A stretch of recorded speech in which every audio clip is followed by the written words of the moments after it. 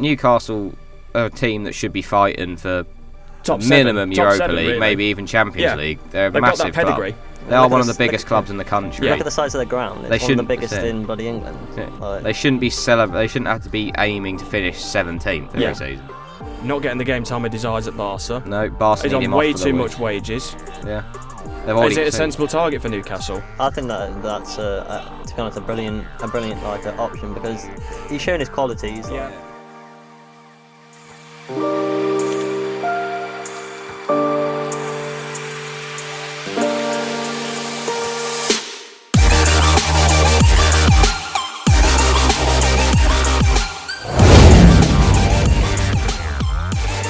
Good afternoon and welcome back to the Handbags, Manbags, Bumbags Podcast. This week you join us for our, well, I'd say our maiden voyage in a sense. Last week was just a where have we been sort of episode, but this week we are back raring to go with actual content this week.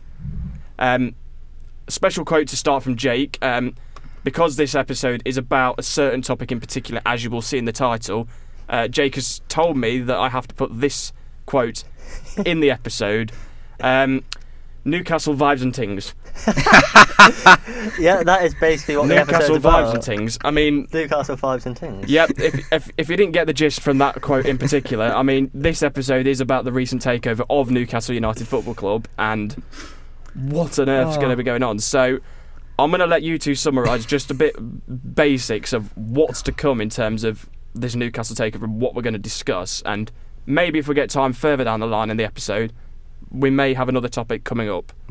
These intros are brilliant, can I just say? Thank you. Thank you. Newcastle You got 3 months. things. You got 3 months to be coming up with these new intros, have you? I told you, we've levelled up this year. We have levelled up this I think year. that's the best intro ever. Oh yeah, 100%. I mean, These two. That's clearly what he's been working. He's pretending to work for 3 months. He's been writing podcasts. yeah, absolutely. I mean, we did have a blooper to start with, which made these two absolutely cry laugh, but you will never hear that ever because I have deleted it, so... I begged for it to be a Twitter clip. I wasn't successful. No, I'm in charge, so do what I say. So, basically, coming up on this week's episode, I'll let you two summarise what we're going to be talking about. Rob, starting with you, what are we going to be talking about in terms of Newcastle? Well, the fact they've been taken over. It's been pretty big news in the last week or so. Arguably the biggest news of the week in terms of a sporting context. Sure. Jake, what else are we going to be delving into in terms of Newcastle's takeover? Basically, like maybe a few signings that they can make in January.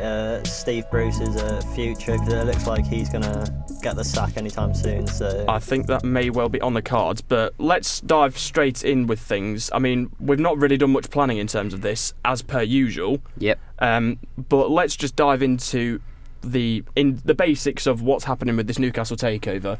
So, to summarise, really, they've been taken over by the Saudi Arabians, really. Mm-hmm.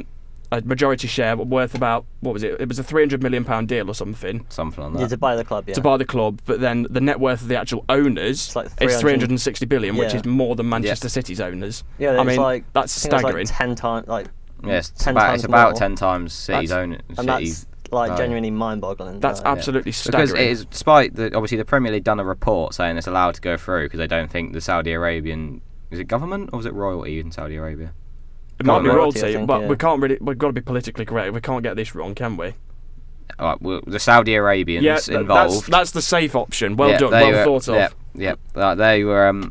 The Premier League said that they're not involved in the day-to-day running, so they're allowed to go through. But I don't really know where do they think this money's coming from if it's not. Well, what baffles me really is that it's not the first time that they've tried to do this. Yeah. They tried a couple months prior, but it was rejected by the Premier League. Yeah. So, what on earth's changed so now the Premier to League, allow it to get through? Again, the Premier League don't want like government bodies and that involved in football, do they? But apparently, No. whatever deal they've been pitched by Newcastle this time round, they obviously feel like the Saudi Arabians are effectively silent partners in this, just dropping some money in, so they're happy to let that happen. I don't really understand it because you've already got a lot of Premier League clubs which are owned by foreign governments, essentially. Man City is owned by the Royal Prince of Abu Dhabi, essentially. So. And essentially Chelsea, Abramovich has got strong links to Vladimir Putin. Yeah. So they're not really that firm on this, are they, the Premier League? And it baffles the question, how on earth has this takeover gone I think through? it is. And it has received strong backlash from the other 19 Premier League clubs. I think the reason they've been more cautious with this one is probably because of how much money it is. Like we say, Man City, think how rich their owners are, and there's 10 times their is it net worth? Net or worth. something? 10 times the amount. So obviously, we know how rich they are. So there's definitely room for more caution. But they've let it through, despite the other clubs are. I do find it funny that apparently Chelsea and City are the leaders in this gang of the other 19 clubs trying to get it taken away and get it blocked, even though it's already happened. Kind of funny, the two that are currently the richest are the two that are like, hang on, we can't have someone rich coming in and ruining the league. Yeah. Well, it's massive for Newcastle as a club, absolutely huge. They've managed to get rid of Mike Ashley, who was pretty much dreadfully running that club and almost ruining it. I mean, there's been reports that have surfaced in the last week or so that have suggested that Mike Ashley already wants to buy Derby County. Don't do it, Derby. Don't let that go through. The only person in the world that can make Derby's situation worse somehow. Yeah, it probably put them into liquidation and not just administration. But that's for another time if necessary. But basically, the whole thing with Newcastle is they've been taken over by the Saudi Arabians. Amanda Staveley is going to be running the day-to-day business of the club as managing director.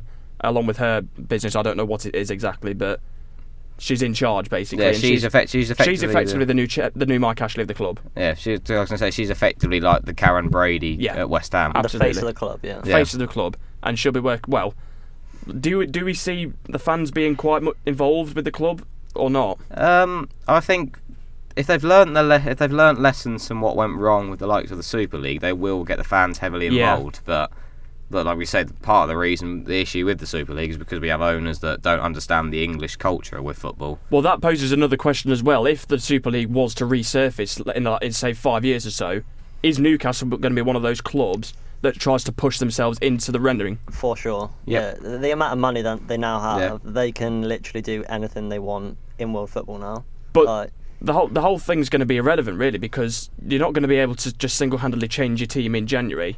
You're still going to be in a relegation battle this season, and if they go down this season, really serious issues. That has been a lot of the social media reaction from Newcastle fans. Like, they've done their initial tweet saying how brilliant it is to finally have Mike Ashley out, and the next one is it would be the most Newcastle thing ever to be the richest club in the world and get relegated in the same season. Newcastle vibes and things. Well, that's where Steve Bruce getting sacked potentially comes in. What do we think about that, Steve Bruce getting sacked? I mean, it's been on the books for quite a while, hasn't it? Yeah. A lot of Newcastle fans have called for him to go. I think as the new owners it's really about time, triggered that. Like, Newcastle are a team that should be fighting for Top minimum seven, Europa seven, League, really. maybe even Champions League. They're a They've massive got that pedigree. club. They are one of the biggest clubs in the country. Look at the size of the ground. It's one of the biggest in bloody England. Yeah. Like, They shouldn't have to be aiming to finish 17th every season. But that's what the new owners have said as well, because they've got a massive challenge, because they've not just the first team squad they've got to invest in, the whole academy. St James's Park needs a massive renovation because it's rotting in places. I mean, it's not good, and the owners have got a lot of work ahead of them. Effectively, they've got to undo everything Mike Ashley's done. Exactly, and that's a tough challenge, and it's not going to just be in the space of a season. Yeah, it's not going to be It's not just going to be an instant thing. That's what Newcastle fans have got to get into their heads. It's going to be a long process. Yeah. And it's not just going to be straight away fame and glory. I mean, what do we see Newcastle being a Champions League club again in about 4 or 5 years? 4 or 5 years, I could definitely see that becoming a reality. But this all depends on whether they stay up this season. Yeah. Because as things stands, they look hideous at the minute. Yeah, that's what I said. Like, we've got less points than Burnley. Well, it's the same, but we've got a better goal difference somehow. So. Yeah, that's where sacking Steve Bruce might be the saviour for their season, because the last, I don't know how they finished mid-table last year. It was by pure fluke, but this season they had a very good run of Joe Willock. That's the answer. Yeah. Joe Willock question. they had a really good set of results ranging through March and April, where they beat a lot of the clubs in and around them. They beat Southampton, they beat us at Turf Moor. I mean, they are big results in a relegation battle. Yeah, because based on their performance level, they were not like the 12th or 13th best league in the team in the league. Absolutely not. No chance. Honestly, at a point last season, Newcastle played some of the worst football I've ever seen in the Premier League by a long stretch. I mean, a lot of the time last season they were very reliant on Alan St Maximin. Very reliant. And he did have injury problems. And he had a lot of injury problems. Yeah. And without him, they were so one-dimensional. Yeah. Let's just say that's the issue with their team. Last season, Newcastle's team was effectively the goalkeeper, whether it was Dubravka or Darlow, Wilson, St Maximin, Willock. Yeah. And no one else did anything of note. Essentially. Yeah, because you've got, Newcastle's squad, essentially, bar St Maximin, you could probably argue Wilson and Dubravka, may as well be a championship squad for at sure. the minute. So, one of the some Maximan as well. In fact, I don't know. I think had he not had his injury problems, he would have left in the summer, gone somewhere better. I think he was very heavily linked with Arsenal at one point, perhaps, and Leicester as well. Well, it's not much better, is it? Arsenal? Well, no, but in terms of where he'd be playing, it's bigger than Newcastle at the time. But Arsenal are on the way back up as it stands. But then again, going back onto the subject of Steve Bruce, then I mean, I think it's looking very likely that he is going to lose his job. Yeah, I can't see him in the next month or so. Well, I think the owners will give him maybe a game or two, see how he does. Yeah. And then probably give him the axe at the start of November or something. But the question is, who replaces him? Well, which managers are they going to be able to attract? The most ambitious one I've seen so far in the news is Antonio Conte. I've seen Antonio. I've also seen a lot of reports suggesting Rafa Benitez to come back.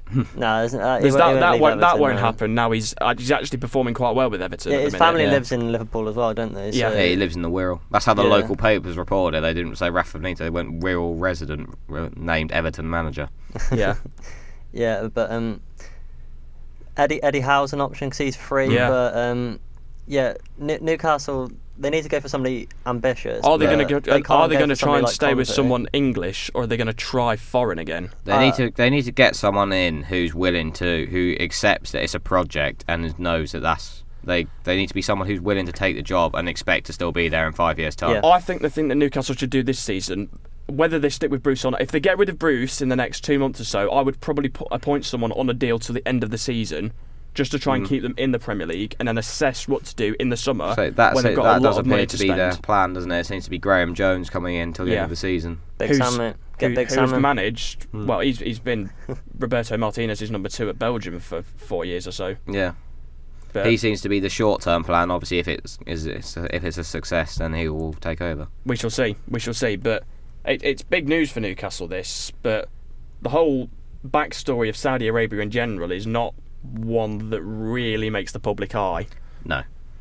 I mean, human rights issues are a big thing. It's the same with Man City's owners as well. Yeah. Exactly. So it's all those Gulf oil states and that. Your Saudi Arabia, your UAE, your Qatar. They've all got terrible human rights records. Yeah. And is this just going to be trying to get a rebuilding block almost for trying to gain the relationships between the Gulf states and the UK again? Well, so they're getting their way into sports a lot. Obviously, just saying we don't want to make this too political. No, it's probably a bit too of a serious topic for our podcast, to be honest. But we'll get into it briefly. Just briefly. They are coming into sports far more often now. So the obvious case is the fact that we have a Winter World Cup in Qatar. Yeah. Coming up next year. It's not just football as well. I know Formula One exactly. There's multiple races out in the eastern part. There's 4 out there in just this season: Qatar, Bahrain, UAE, Saudi Arabia. Yeah, so a lot of them have very questionable laws and human rights records. But they use sport as a way to cover that up. Obviously, we've seen it as a case. It's becoming increasingly common. There's no way it is a good thing for any sport, but it's not going to go away anytime soon. And there's not much we can do about it. No, and it's I don't know how the Newcastle fans will think about it. To be fair, I would probably hazard a guess and say they don't really care. No. I don't think I would, to be honest. Do you think you put yourself in their shoes? How terribly Newcastle? It's got nothing really to do with the Newcastle fans in a way. It's more behind the scenes stuff, because the Newcastle fans are just over the moon that they've managed to get more cash out. You can't. Anyone who's said anything against Newcastle fans, you can't blame them. No, you can't. People are saying they should be worried about who they're getting in to replace, but Newcastle have been one of the worst run clubs in the country for at least about 14 years. For 14. That's when Mike Ashley took over, 2007, wasn't it? Yep. So they've been one of the worst run clubs in the country, and they've finally got out the guy who's run their club into the ground. All they've had is one good season, and I think it was about 2012, 2013 where they got into the Europa League. Where they come 5th, yeah. Yeah. They did finish 4th, but they got into the Europa League because Chelsea won the Champions League. I'm pretty sure they finished 5th. It might have been, I don't know. Yeah, because it was Demba Ba and Pape Cisse. Yeah, it may well have been, but I don't know what to think about it. It's good for the Newcastle fans, but as a neutral, if you're talking from a political point of view, it's not a great thing at all. No. But ultimately, there's nothing much we can do as fans to stop it happening. No. So I think we just kind of have to accept that it's now more money coming into the league. Whether that's a good thing or not, again, depends on your opinion. But well, it does now mean that every single Premier League club is now owned by a foreign owner. Every single one of them, pretty much. I've got foreign investment in. Oh, foreign investment. I was going to say there's still about 6 that are English owned, or British owned, I should say. I've got a lot of foreign investment, and it's just where football has gone to. Yeah, that's the way it's gone. There's not much we as fans can do to stop it, but I'll say that it's still, it could be good for the league because there's now obviously one more club, bigger budgets, a way to tie over the better players to come now. There's now an extra option if they know they can get 400k a week at Newcastle, will they be getting, 300 at Bayern or whatever, then they might then choose Newcastle. It's the idea, so if they build a project, it could get a lot of young players coming in, maybe players we wouldn't have seen in the Premier League, not on the level of the likes of Mbappe and Haaland, but only a couple of steps down on ability, could go and shine at Newcastle for the next 5 years or so. I mean, that does bring us on to the next topic, really. Who could Newcastle be targeting for January and the summer afterwards is going to be the big one for them. Yeah. But in terms of January, who do you think they really could be targeting? Well, Ward-Prowse is the main name going forward at the moment, isn't it? Yeah, and Tarkowski as well. Yeah. Well, Tarkowski is out of contract in the summer. Yeah, so get him on a cut price deal would be smart business. I've seen Lingard as well. To be fair, it'd be very good business for Newcastle, seeing as Burnley turned down 40 million from West Ham last summer. Yeah, yeah, it's the kind of centre back they need. Like, he's not elite level, but he's much better than what they have. Like we keep saying, it's a project, isn't it? You need to think. Obviously, January signings need to be people that are going to keep them in the division. Yep. Summer signings need to be a team that can take them to push for top half. Yep. And then the season after that, maybe that's when they can start looking at Europe. Yeah. So next year is going to be, the aim should be top half and maybe a cup run. Mm-hmm. It shouldn't be. They're not going to instantly go, right, we're getting Europa League next season. Yeah. Because you've still got to attract the players to your club. Because obviously at the moment, if you turn around, you can offer them. Say you offer anyone 500k a week, but they're going to be finishing 15th in the Premier League. They aren't going to come, are they? They're going to be sceptical, but so I've seen Lingard, people like that, like not elite level Premier League players, but players that are easily good enough to like drag them out of a relegation zone and then play for them for a couple more seasons, try and push them up into the way to go in the summer. So I was saying to Jake on the way down here is that I think it was Simon Jordan suggested it on TalkSport. The way to go in the summer is what PSG have done this year.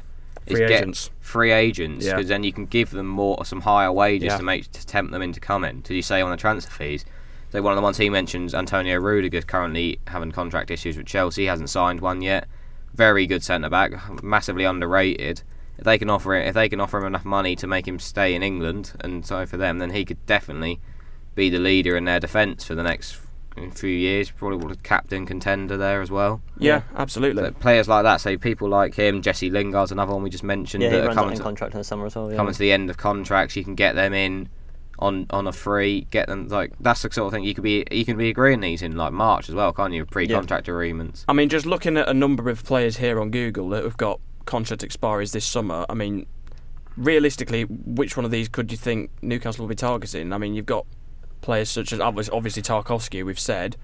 They've got a young Marseille defence midfielder, Boubacar Samari. No, not Samari, Kamara. Yeah. He's out of contract in the summer. That would be. They were actually linked with him the summer just gone as well. Yeah. He's out of contract. They did bid for him like 25 mil, but I think he turned them down. You've got players like Nicolas Soulé from Bayern Munich, also out of contract. There's a lot of big names on here, and that one could probably work against them because Bayern Munich is said to be the main team in for Rudiger if he leaves. So if they just don't offer Soulé a new contract, then they'll probably go and get Rudiger. Yeah, so that'll work against. By the looks of it, Todd Cantwell's out of contract in the summer.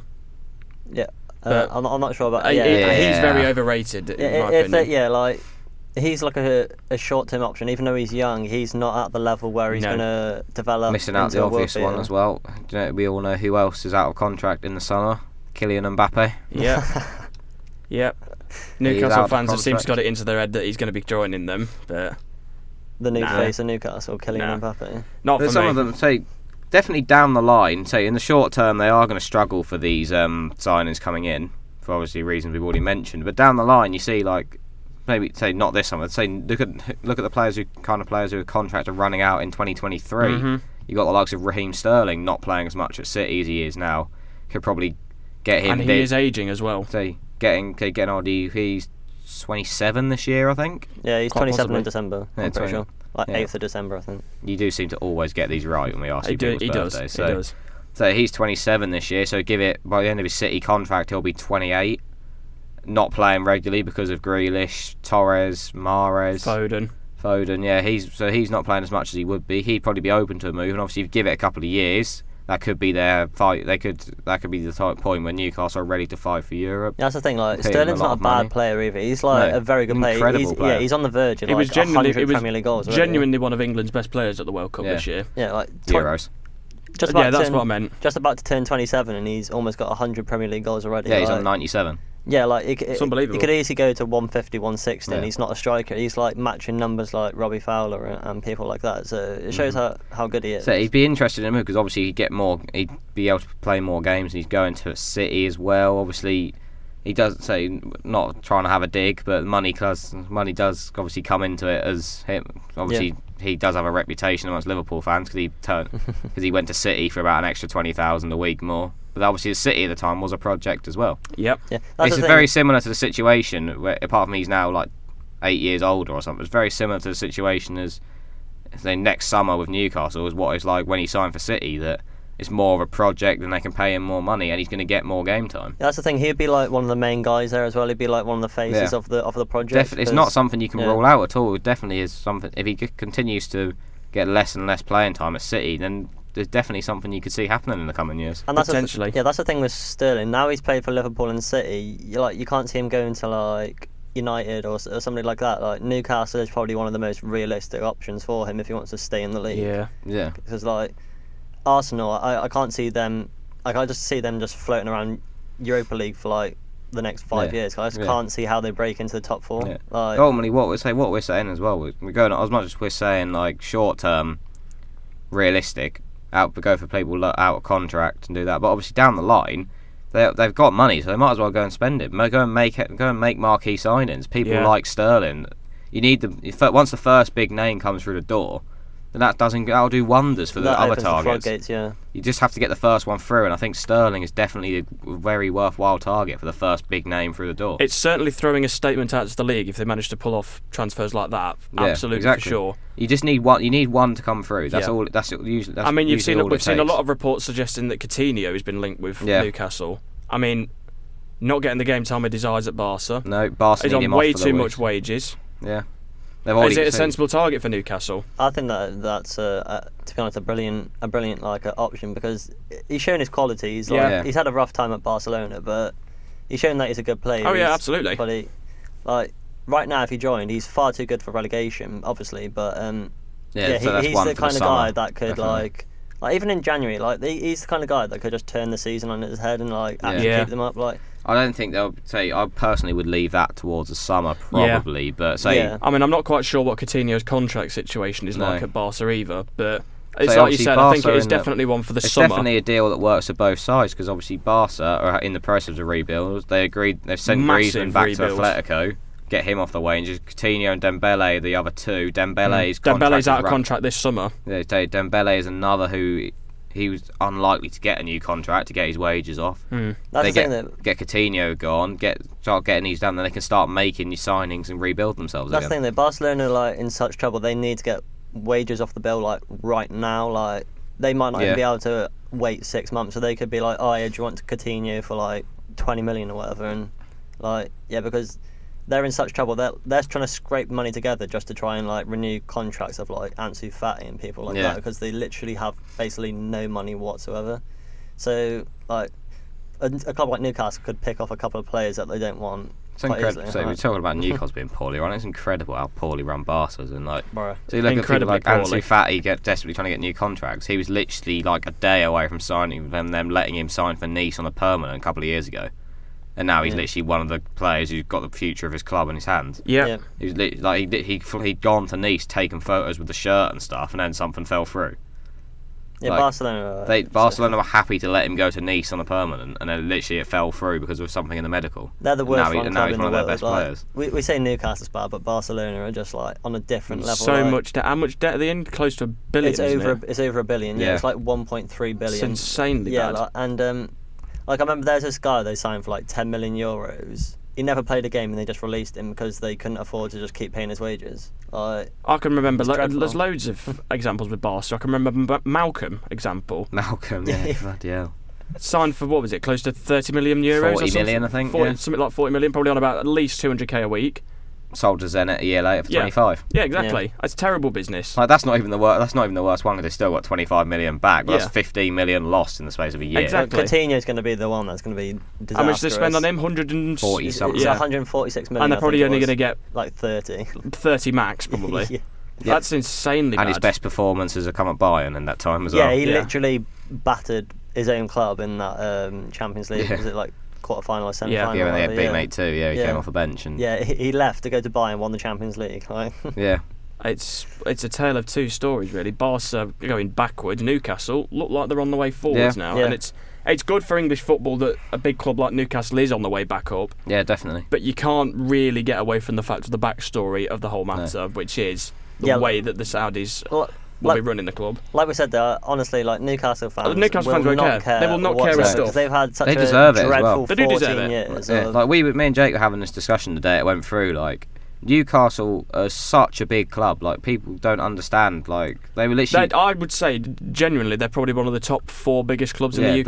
They are big. Like people say people have their own opinions of that, but for me they're bigger. They're so much bigger than Spurs. Definitely. 100%. 100%. Spurs definitely. Spurs aren't even in the same question as Newcastle. They've got no history. Tottenham. Yeah, like Spurs. Like Spurs. Newcastle. Like they are one of the biggest clubs in the country. They deserve to be up there. They shouldn't be a team that's down the bottom fighting. No, like we were saying this about Villa a couple of years ago, and they're back in those Europe spots now. Yeah. Well, almost. Well, close enough. Yeah, they're back in the fight though, aren't they? Exactly. Like, even if they aren't getting it, Newcastle should be minimum Europa League, potentially even Champions League.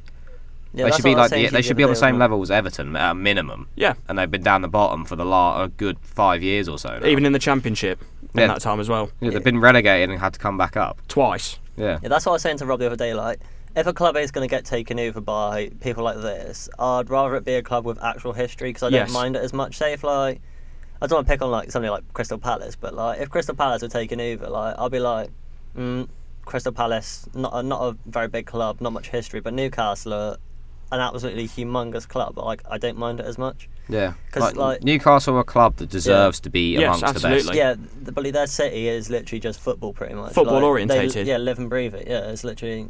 So it's just that part of the word in general. It just lives and breathes football. Newcastle, Sunderland, maybe not Middlesbrough as such, but definitely Newcastle and Sunderland. They live and breathe football. Yeah. Mm-hmm.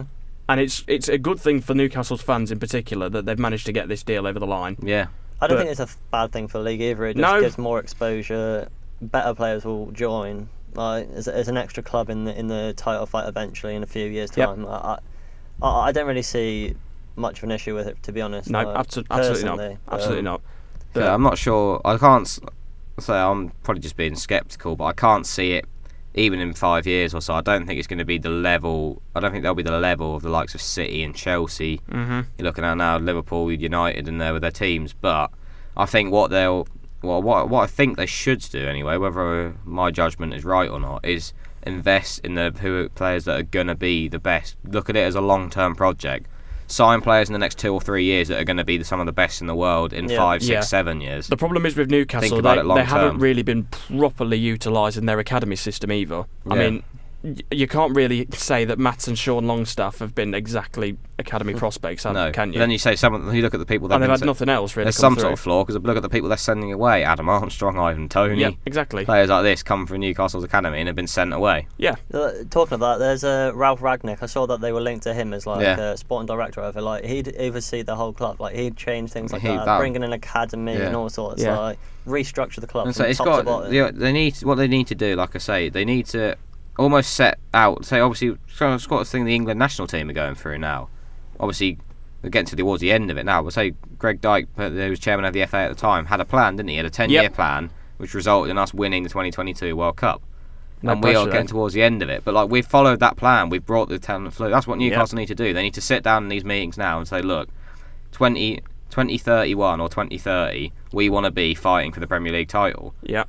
Build stepping stones on the way. Sign these players. Get in the players now who, say, in the next couple of years are coming through.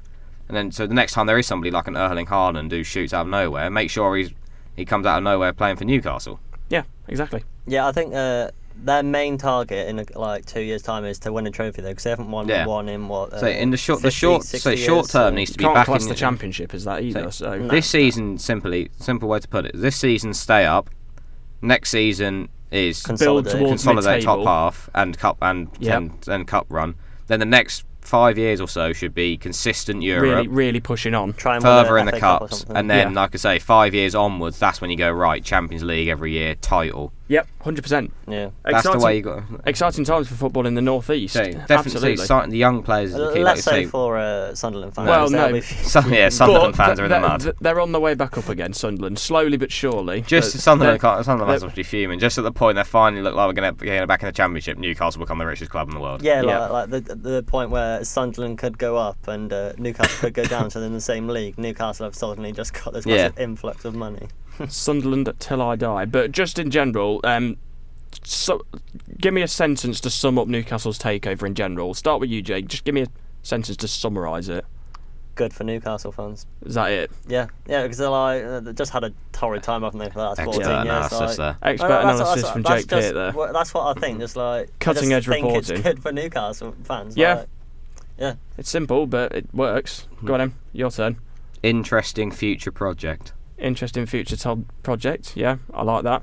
If I was to say something, I'd say exciting times ahead, but don't forget, there's a lot more to it than meets the eye. Yeah, but we're not on this podcast. Not on this podcast, it's not. But we've still got about 6 minutes left, so let's dive into our adventures that have been going on in the last week or so. Yeah, we went to the darts, didn't we? I said it last week. You did say it last week. And we ran out of time last week. We've got enough time for it this week. 6 minutes. 6 minutes. Yeah. So better get going. So, Rob, I'll let you talk on this one, seeing as you were the one that wanted to bring it forward. Yeah, just podcast on tour, wasn't it? And it was podcast on tour. And Byron, even though he sacked this off a year ago. But we sacked him.